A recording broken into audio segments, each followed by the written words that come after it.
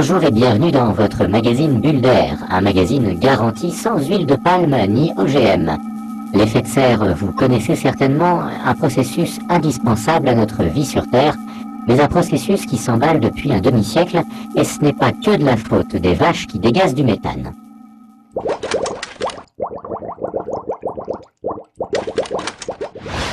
Les dernières prévisions tablent sur une augmentation de 2,4 à 6,4 degrés d'ici à la fin du XXIe siècle. L'Europe a adopté ce que l'on appelle le paquet énergie-climat qui devrait permettre d'atteindre d'ici 2020 l'objectif des 3 x 20, c'est-à-dire 20% de gaz à effet de serre en moins, 20% d'amélioration de l'efficacité énergétique et 20% d'énergie renouvelable sur toute l'énergie consommée. Le département vient lui aussi d'adopter son plan climat-énergie.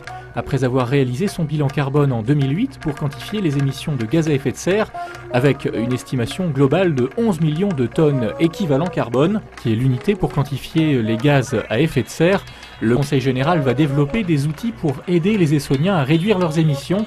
Une matériothèque à la maison de l'habitat à Évry, une bibliothèque de l'énergie, une centrale de mobilité pour aider chacun à faire le bon choix en matière de déplacement, bref de nombreux outils en perspective. La moitié du financement sera assurée par des subventions du programme européen LIFE, soit 783 000 €, le but étant d'atteindre une baisse de 25% d'ici à 2020 et le facteur 4 en 2050, c'est-à-dire 4 fois moins d'émissions de gaz à effet de serre. La flore sauvage en Essonne, deux botanistes et maîtres de conférences en écologie végétale ont passé 10 ans à arpenter le département pour répertorier quelques 1335 espèces. Gérard Arnal et Jean Guittet ont compilé toutes leurs infos dans un incroyable atlas de 3,2 kg. Notre caméra les a croisés en pleine prospection du côté de Gif-sur-Yvette.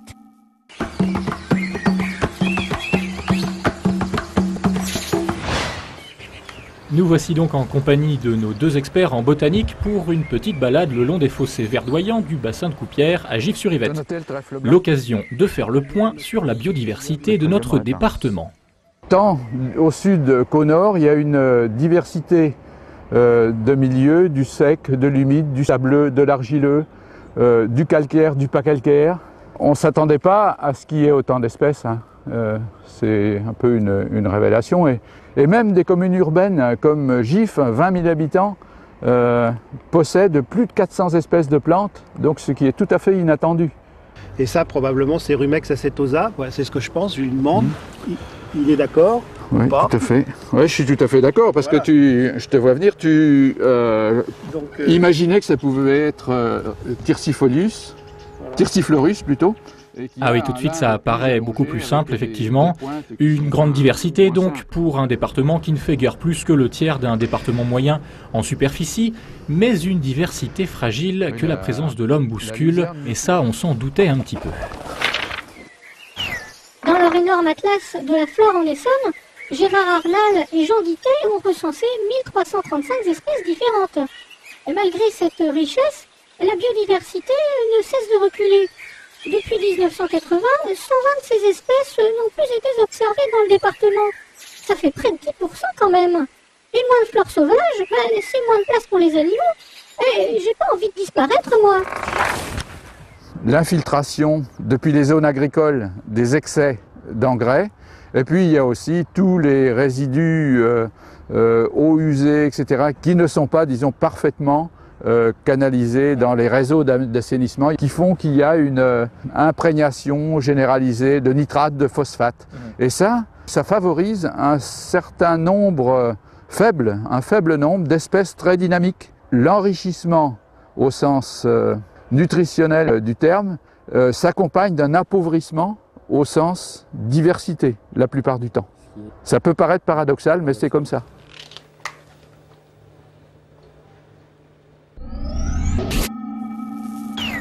Il est tard, vous venez de finir de dîner, et sous la lumière blafarde et clignotante du néon de votre cuisine, votre conscience écolo vous pose cette douloureuse question. La vaisselle, je la fais à la main ou je mets tout dans la machine? Il faudrait savoir.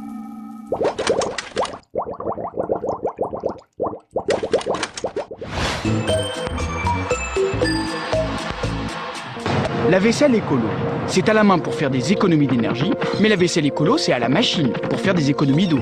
Alors, vaisselle à la main ou à la machine? Non mais faudrait savoir. Le lave-vaisselle, une formidable invention qui a changé la vie de 42% des foyers français. Mais cette machine est gourmande en électricité. Sa consommation représente 14% du montant de la facture. La bonne nouvelle, c'est qu'elle peut consommer moins d'eau qu'une vaisselle à la main. Pour cela, achetez un appareil de préférence siglé classe A, ou mieux encore écolabel européen. Et ça existe même en beau, hein. Attention, il est important de faire tourner le lave-vaisselle à plein, quitte à attendre 3 semaines pour les célibataires solitaires. Et pour économiser un peu d'électricité, mettez-la en marche aux heures creuses. La nuit, si vos voisins vous énervent, ou entre midi et 2 si vous préférez rester civilisé. En revanche, oubliez l'option pré-lavage. Souvent inutile, elle dévore de l'énergie et de l'eau. La bonne vieille plonge consomme du temps et de l'eau. Pour éviter les gaspillages, procédez avec méthode. Lavez la vaisselle dans un bac, de la moins sale à la plus sale. Rincez ensuite le tout à l'eau froide. Vous emploierez alors 20 litres d'eau, l'équivalent d'un lave-vaisselle nouvelle génération, mais avec beaucoup moins de détergent qu'en machine. Pour les paresseux ou les nomades, il y a désormais la vaisselle jetable en bois. 100% biodégradable, 100% plus cher et pas franchement 100% écologique. L'ancestrale vaisselle à la main l'emporte donc sur tous les fronts. Elle évite les pollutions engendrées par la fabrication, le transport et l'élimination des lave-vaisselle. L'arrivée d'Internet a bien évidemment révolutionné nos modes de communication et ces nouvelles technologies du web et de la visiophonie ont également largement contribué à faciliter les échanges pour les personnes sourdes et malentendantes. Portrait de l'ASE, l'association des sourds de l'Essonne, basée à Villebon-sur-Yvette.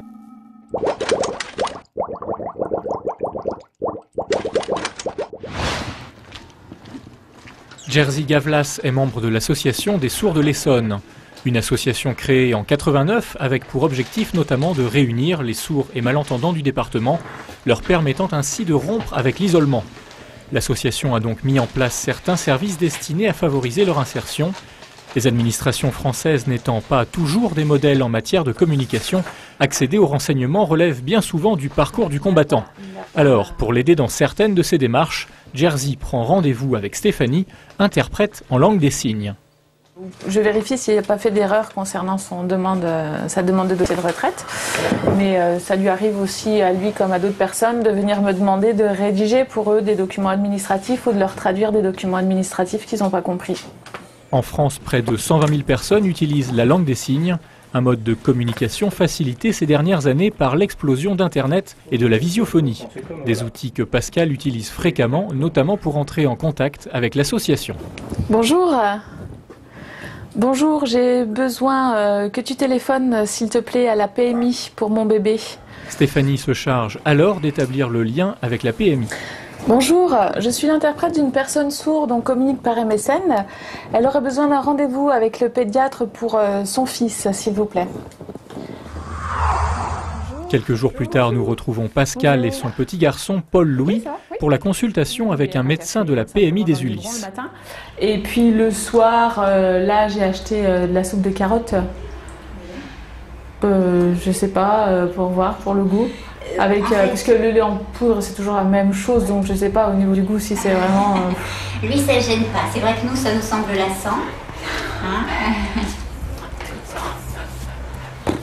Pour son premier enfant, Pascal ne bénéficiait pas de l'assistance d'un interprète. Les échanges avec le médecin de la PMI étaient alors particulièrement restreints. Avec l'aide de Stéphanie, elle peut désormais obtenir simplement toutes les réponses aux multiples questions que se pose une jeune maman. Voilà. Donc auparavant, on n'avait pas d'interprète. Là, on peut l'appeler, elle nous accompagne chez le médecin, à la banque. Vraiment, elle est là, on a une vraie accessibilité. Auparavant, on n'en avait pas.